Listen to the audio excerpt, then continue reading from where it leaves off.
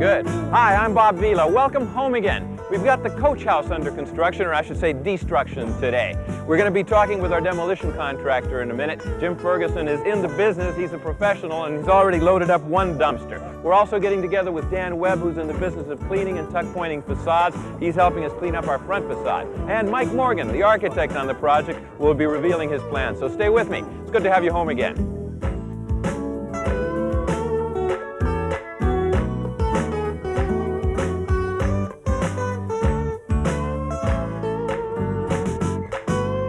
Sears presents Home Again with Bob Vila.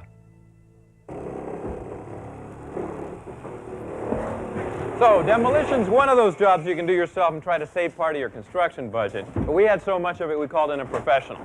Jim Ferguson. Hello, Bob. How are you? Master demolisher. How you doing? Oh, pretty good. We're moving right along here. You've got most of the plaster down and most of the partitions and everything down. Oh, yes. We're going real well here. Why'd you leave this one in place all the way across? This is a bearing wall. It holds up the center of the rafters from between the outside walls. Right. You can tell. It goes perpendicular to those joists or rafters up above. You can tell they're holding them up. Yes, it does. We're not far enough along with our plans to really alter the structure yet, but I'm glad you're stripping everything down. That's the last of the plaster?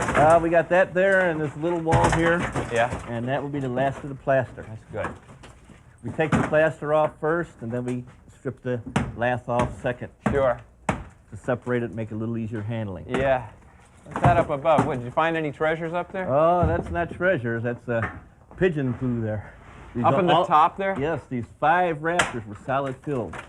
Solid? Solid fill. There was from the roofing down here to the floor from upstairs, the solid pack. So pigeon nests. Pigeon nest, yes. Yeah, some people love pigeons, but in the city they can really be a problem, huh? Yes, so they were roosting in there probably for years. Oh, it's been a while, yes. Yeah. Yes. Well, that'll all go in the dumpster, right? That's going to go in the dumpster, yes. How many loads will you be taking out of here? Well, we got one dumpster load here that we have filled up. Yeah, you got this one all full, but how many more do you suppose you have to We're not going to use another dumpster. We got the truck filled here. We're starting on our second truckload. On your second truckload. And we'll probably have another truckload yet to go yet. Have you figured out how much this is costing? I mean, this is a subcontract. So this is going about $3,000 for this inside gut. The whole building, totally gutted, everything trucked away. Yes, yes. Where do they take this stuff? They take this to one of 2 landfills. I'm not sure where this particular outfit goes, but it will either go to Mallard Lake landfill or Green Valley landfill. Somewhere near Chicago, right. About 30 miles from where we're at now. Any tips on how you load these big dumpsters? Oh, we pack them rather tight to save our expense on additional dumpsters. Yeah. So we try to lay a load of lumber, and then we throw plaster on top of it to filter all the cracks and the air spaces. And you put everything in there neatly. You don't just toss it in, but you kind of pack it in. We stack it in, and we rearrange it as it goes in to make it a tighter fit, and to save ourselves an expense. Exactly, sure. For the addition. Sure, yeah. What's this over here? Oh, we found a few artifacts here that were laying in the debris. This here's a paper we found underneath the kitchen sink. The Daily Zgoda. Yeah, you know, I've seen the Daily Zgoda building in Wicker Park here downtown. And this is April 1930. Now, this goes back a ways, yeah. Gosh, I wish I could read Polish. Look at that headline. Something important happened that day. What else have you got here? A couple other little toys and clothespins and... Clothespins, yeah. Old handmade whittled hold. This is probably a 100-year-old building. So pretty close, yes. That looks like a little pin, candle pin bowling or something like that. But come on, Jim, no gold coins or anything like that? None whatsoever here. Yeah, none whatsoever. Too bad. That's too bad. So you've got one full one ready to go, and truck's almost ready to go. We got this one full. We could put a little more plaster on here to square up the corners, and then the remaining lumber will go in the truck. Okay, well, you're setting the stage for us, and we'll be able to talk architectural work before too long. But right now, we've got to break for some messages. Stay with us.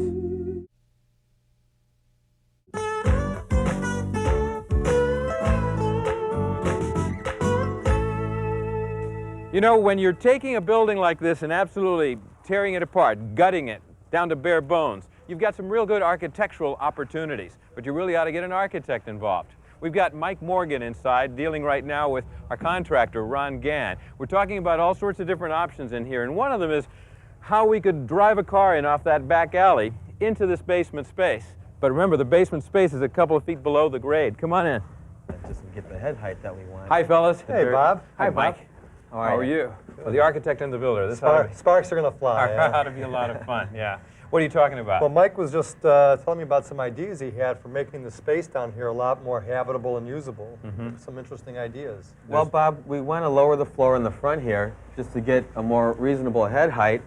So we want to go down about 18 to 20 inches just to make it more spacious. We've got just barely 6.5 feet, I'd say. That's right. And so you'd want to go down another 1.5 feet. That's right. Yeah. And of course, this is just packed dirt, right? Right, it shouldn't be a problem. If you remember, I dug this test hole over here, and we're down about 2 feet right now. Okay? That's 2 feet to the bottom of the bottom footing? of the footing. Yeah. Okay. So if we are very careful in the way we excavate here, and this is all clay, Yeah. which will not spall away, okay? It's not like sand that you might have out in Cape Cod. Yeah. We should have no problem being able to dig our floor down here. And, Ron, what about water, though? You don't have to worry about the we're water like table? not anywhere near the water table at this level here. Water table's about 8 feet below grade, and we're only going to be 2 feet below grade. So that you could dig that far and not have to worry about Right. seepage. Right. And what about getting rid of what would probably be 20 cubic yards of dirt? Well, Bob, instead of spending a lot of time and money hauling the dirt away from the site, we want to raise up back here so we get up to the level of our alley. Yeah. So we can just fill in to reach there. Let's take a look at the diagram here. You've got what's called, watch it, section through drawing here. Right, is our building section. And we were standing right up there where we have about 6 foot of a ceiling now, and that's our dashed line. So if we lower the front to get our 7'6" ceiling, then we can fill in back here to hit this grade at the alley. We can just pull right out of our garage. It's a clever solution, but the immediate problem that I see is if you're raising the grade up to here, guys, you don't have any headroom at all for a car, right? Well, the alley's about right here, Bob. Yeah. So we want to pull right out to there. So once we bring our floor up to here, Yeah. then this much of the ceiling just comes back all the way up to those joists, and we can just remove that. Okay, so we're talking about just removing all the first floor up there, the kitchen floor and this, all of this. Right, it's just easy It's to a big spend. structural, I mean, Well, it's easy to spend a few extra bucks, right? But you know what? Looking at this a little closer, these are old 2x10s, but they notched them, okay? And they took away about 4 inches out of the meat of this thing. So Yeah. what you really have here is a 2x6 that's 20 feet long, and this is not that good structurally. that's why there's it's a lot of worked- spring in the floor. It's yeah. worked for this long, but we really need something better than that. And also, it probably is not too big a deal to take it all apart, especially when you got a big demolition. We got crew. those guys up there right now, so, So- if you like this, we can do it right away. Wouldn't that create a problem on the first floor, though, that you'd be transferring the low ceilings from here to the first Not floor really, there? Bob. We have a high ceiling up there already. It's about 9 feet 8 at the first floor. So if we raise the ceiling up right here for our Raise new kitchen the floor up, yeah. Right, raise the floor. We'll still have about a 7'6" ceiling in the kitchen, and that'll flow nicely out into the larger space at the living room, and that way we'll have a nice contemporary flow of space. Okay, let's get oriented here. This Okay. we're kind of standing under this front section of the area right now. Our living room would have its entry through here, and you'd be tearing out the ceiling up there? That's right. We just take out a small piece of the attic floor here. That would create a lot of drama with the high cathedral ceiling looking up into the loft space. And then when you come back through the kitchen, we'll be building a new stairs at the back of the kitchen that goes up into this master bedroom space. So how do you get headroom up there? In order to get our headroom up to the new master bedroom, we'll just raise up the ceiling with some new dormers, and that'll create a nice open-ended loft effect here that looks down into our spacious living room. It's so simple. It's so much work. First of all, we got to talk to the demolition contractor because he's talking 3,000 bill. I mean, this is going to be more money, don't you think? A few more bucks. Yeah. I don't know. I mean, it seems like very exciting space, very contemporary. Is it feasible? Well, there's no doubt it's feasible, okay? The question is, how much money are we going to spend here? How much do we have to spend? What do you think? Well, typically jobs like this have been in the $100,000 range, plus or minus, That's the depending on your ballpark. finishes. You've got about an 1,800 square foot shell, okay? I mean, all we're working with here are 4 walls, you know, basically. The basic property, Right. yeah. So, you know, if we keep our pencil sharp, Yeah. okay, and we watch what we buy, I think we can do this. Well, we'll have to look at the details a little more closely, Mike, but I think it's a real good solution to the problem. Thanks a lot. Thanks, Bob. We're going to have to break for a couple of messages, and when we come back, we'll be out front cleaning that front facade, so stay with us.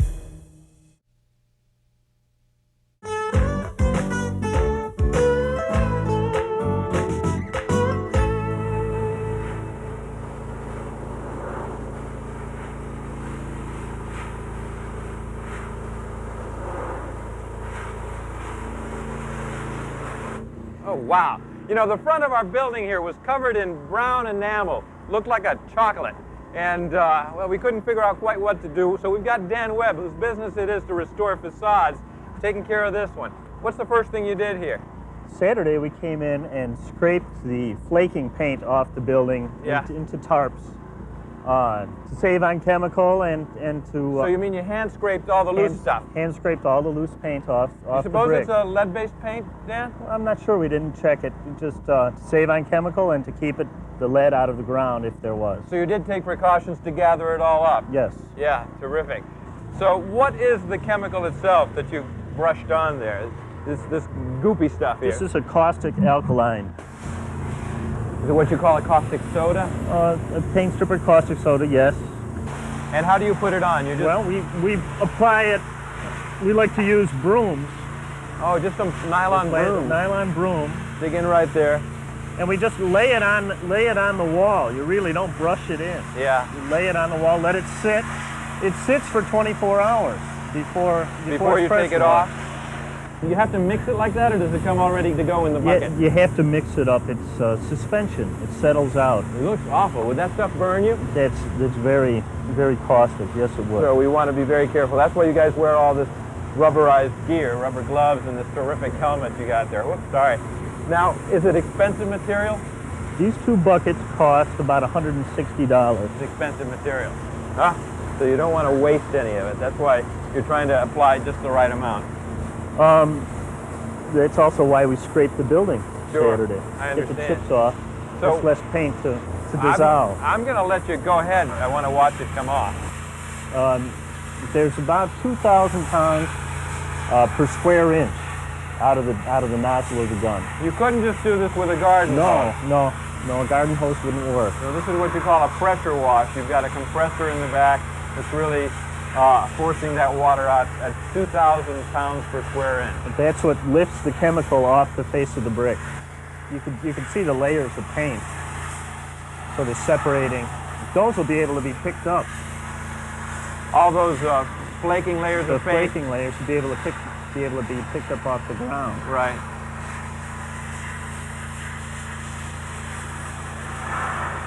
The temperature being down inhibits the chemicals working. The ideal temperature to work with a chemical is warmer, right? Warmer. 60 or 70 degrees. It looks like it will take a second coat. After this first coat is removed, we put a second coat on the hard spot. Of the chemical? Right. The final step is to neutralize the chemical. We use an acid, a brick cleaner. Yeah. A solution- Muriatic acid? That's part of it, one Yeah. of the acids in it. It's a solution of acid and water. It's a very weak solution though. Yeah. We use that, we apply that to all the bricks. That stops the chemical or neutralizes it. Now the brick itself is the same as the brick that's on the side of the house, right? Right, these are common bricks. Yeah. These are common bricks. No longer made anywhere. Right. Dan, how long do you figure it'll take to do the job? Well, I think most of the work was applying the chemical. Yeah. I think it'll take us probably about an hour and a half to remove this first coat, Yeah. and an additional hour to apply another coat to the problem areas. And then it'll take several hours to neutralize it and clean up. It's a full day here. What's your estimate of the cost of doing this cleanup? This $1,100. It is. Spending $200 to $300, maybe $300 on chemicals. Really, that much? The chemical is biodegradable, right? When it's neutralized with acid.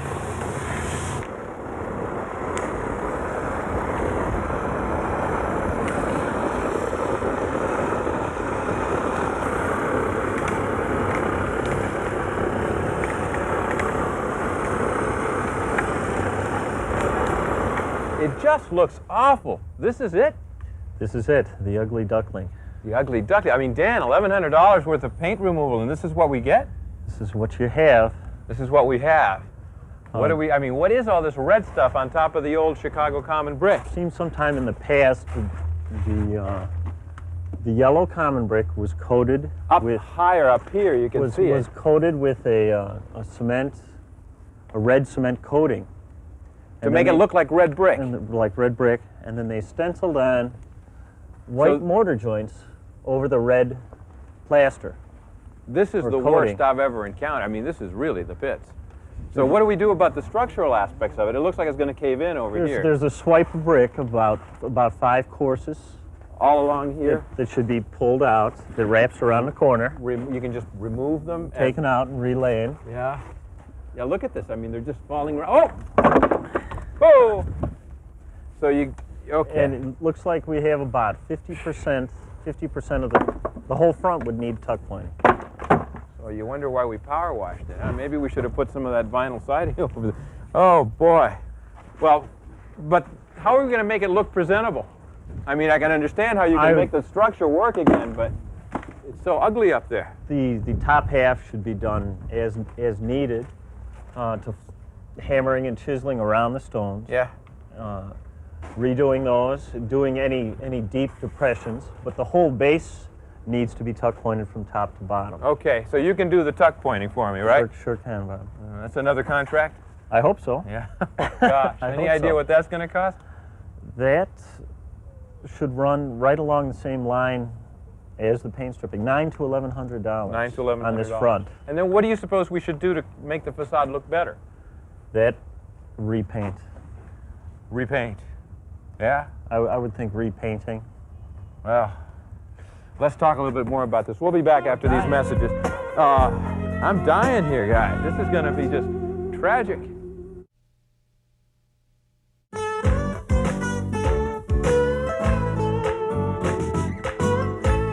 Well, you know, I think this is a brilliant solution to dealing with this crummy basement space down there. To dig out all of the subsoil down by a couple of feet and dump it over at the other end so that we can marry into the grade of the back alley and create a garage space and actually drive in right off the alley. You know, a coach house that never had a coach in it is finally going to have a garage in it. And that garage is really what makes this a special place. Yeah. This will be a lot of work, though, won't it? Tearing out the floor system and raising. It'll be a lot of work, but it's not too difficult. Yeah. And my favorite part of the plan is right over here, where we're removing the ceiling joists from the living area, the living room, so that we can create a cathedral ceiling. How high will that be? It's just about 20 feet. That's excellent. Yeah. And you'll be able to look down from the attic, which becomes a master bedroom, right into that area. It's going to be real special. It's going to cost a lot. Well, you know, this is a gut rehab, Bob, okay, and it's a lot of work, and if you're going to do it, you got to do it right. Yeah. Okay, but, you know, I think if we watch our pencil, I think we'll come out okay on this thing. Well, it's a gut rehab because we've had to gut the whole place, and I don't know what to tell you about the front facade. It doesn't look good. I'm going to go out and take a closer look. Okay. Well, now that we've power washed the building, we really have an understanding of how much trouble we have here. We've discovered that under all this brown paint, the original Chicago golden brick was covered up with a parged kind of red cement coat. And the idea was to create the look of red brick so that they actually put in a bead of white cement. Somebody went to a lot of trouble to change the look of the facade. And then, of course, over the years, they put the brown paint that we haven't entirely gotten off. In other areas, we find red enamel, white enamel. In short, we've got a disaster here, not only in terms of the finishes, but the condition of the masonry is real crummy. Now, if money were no object, we could pull off most of the face brick on the house and redo it in salvage brick, but that would cost a lot of money and a lot of labor. Another possibility which we might take is to tuck point all the remaining masonry up here, fill in the deteriorated areas, and possibly go over the entire face of the house with a parge coat of stucco to make it look like a stucco house, or an applied sprayed-on finish or a drive-it finish. There's a lot of different avenues open to us. And yet I think the cheapest way out might be just to do the necessary repairs and then put a fresh coat of paint on the house to make it look pretty again. And who knows, in 20 years' time there might be a technology that could restore the brick to the original. We don't know. We're out of time for today. That's a wrap. Come home again next week when I'm going to be taking you into the basement to dig some major holes down there to create some living space. And on the back side of this little coach house, we're going to tear open a large opening for a garage door. We're also going to go to Oak Park, Illinois to visit Frank Lloyd Wright's studio. I hope you can make it. Till then, I'm Bob Vila. It's good to have you home again.